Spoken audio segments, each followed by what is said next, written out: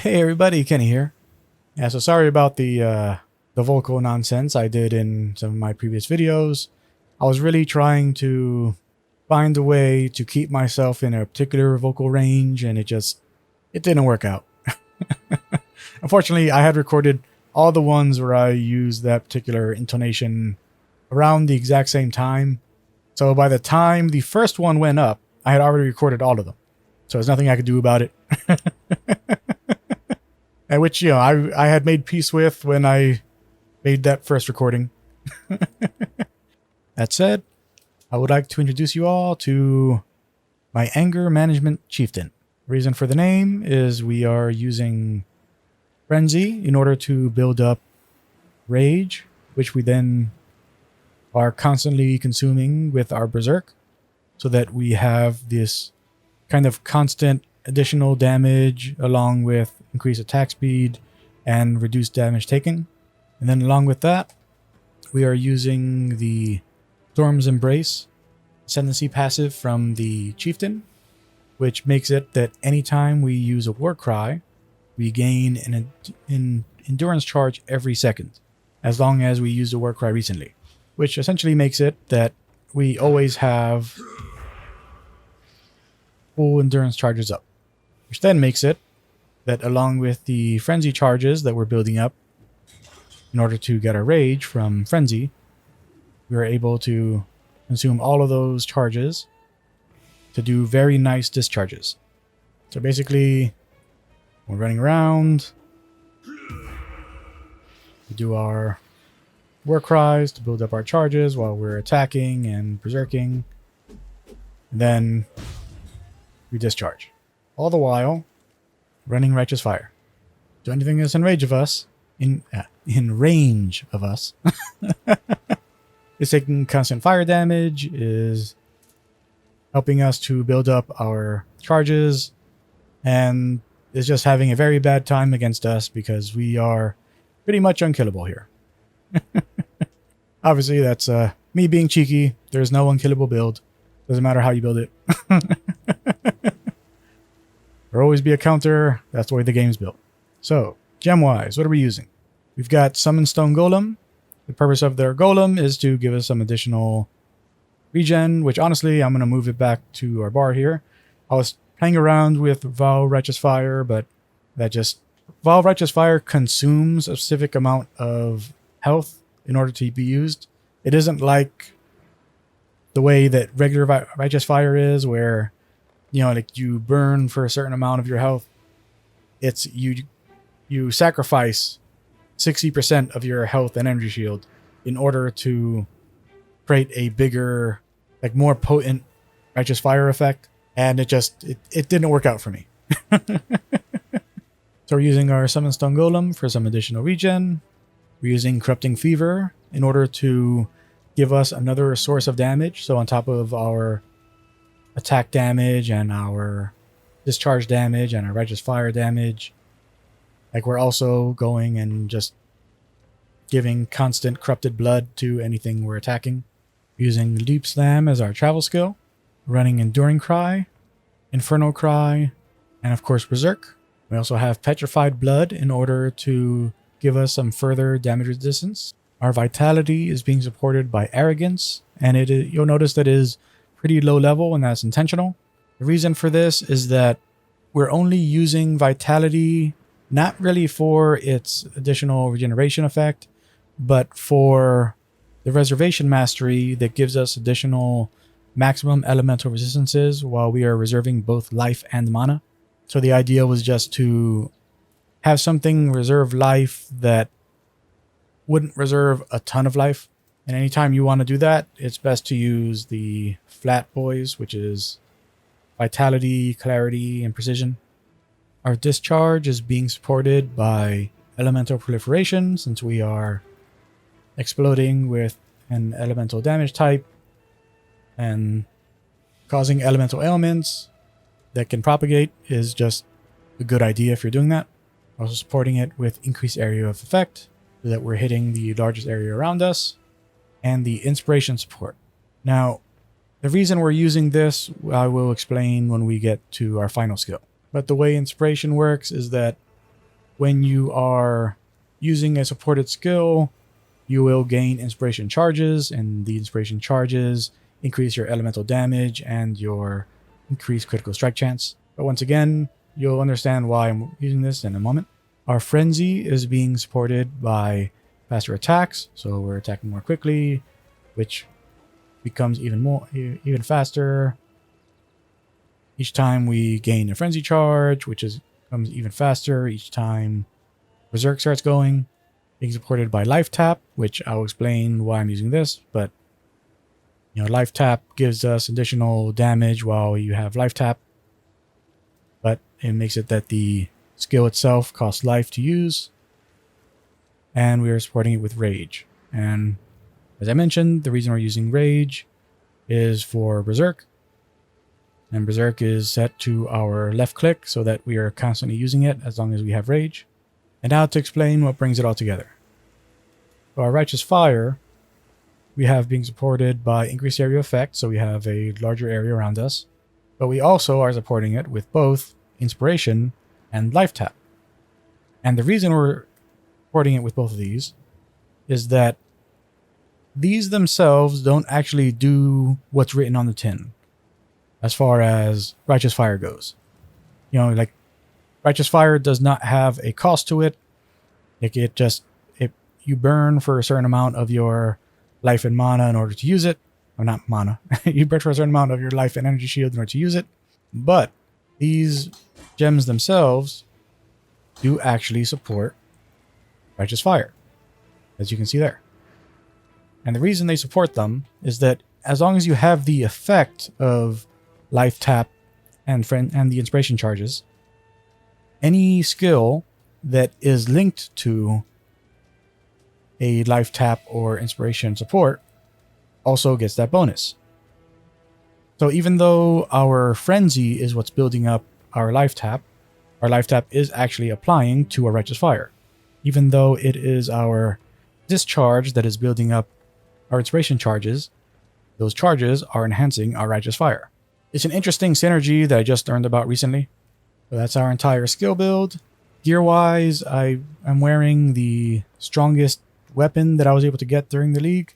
Well, the strongest one-handed weapon that I was able to get during the league. So this is just a tomahawk axe that has a nice amount of elemental damage and increased crit chance.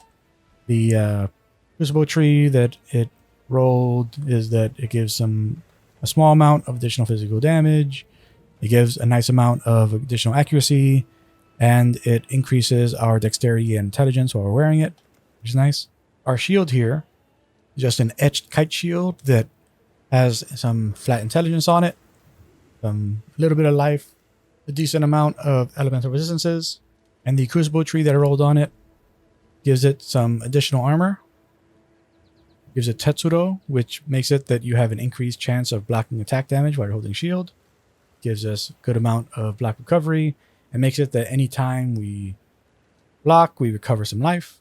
But like the main reason that I chose to build up this shield is actually this last one here, which reduces the duration of power charges, makes it that when we kill enemies, we gain power charges, which means that we are gaining frenzy charges from using frenzy, gaining endurance charges from using our cries, and we are gaining power charges from killing enemies. We're constantly building up charges so that we can just do discharge almost constantly. On our rings, we are trying to get as much regen as we can get and as much resistances as we can get. On our unset ring, like we have additional regen, we have some flat life, and we are using it to house our Purity of Fire, which is very important for the build, because Purity of Fire gives you additional fire resistance, and it increases your maximum fire resistance as you get a higher level. This Onyx Amulet is just for the additional regen and stats, and then I crafted some extra fire resistance on it just in case. On our helmet, we have more flat life, more regen, more resistances, some additional accuracy. On our gloves, we have additional damage and additional cold resist. On our boots, we have additional resistances, additional movement speed. On our chest, we just have some flat life a decent amount of armor, some lightning resist, and a little bit of regen. And then on our belt, we rolled a bunch of regen, and we have some additional strength and fat life there. So defensively, like our physical damage reduction is 59%, and we are overcapped on everything, with the exception of chaos, obviously. In terms of passive skills, as I mentioned from our tendency, we grab Storm's Embrace for the additional maximum energy charge, as well as making it that we deal additional damage if we lost an endurance charge recently, which we're always losing endurance charges. We have an additional regen whenever we have endurance charges, and we gain endurance charges whenever we use Warcry. We went down this path in order to get the additional flat armor and life.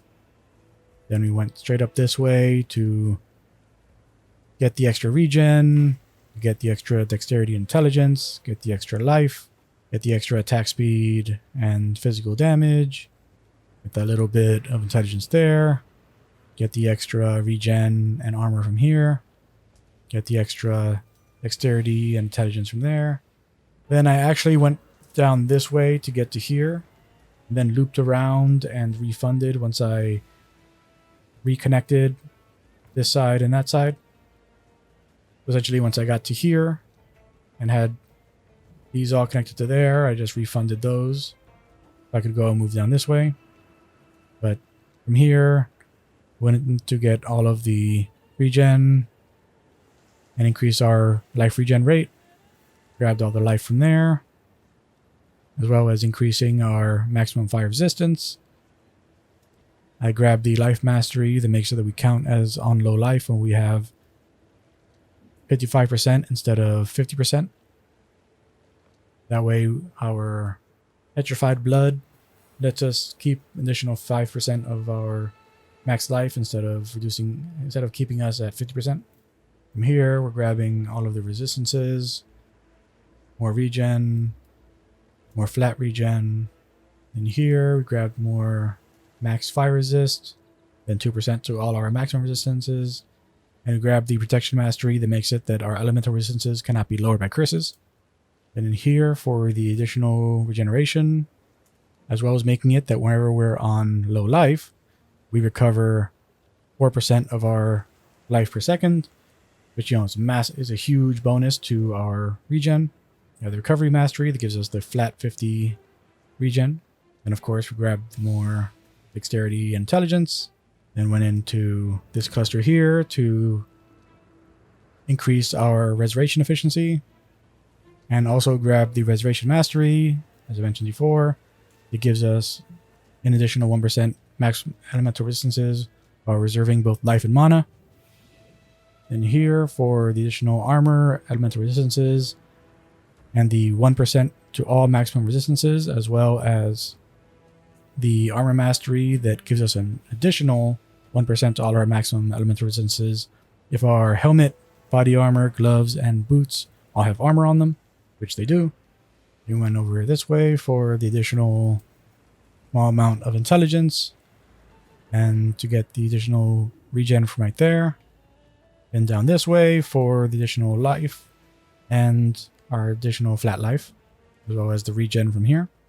Now let's see the build in action. We got our Righteous Fire going, a lot of our skills going.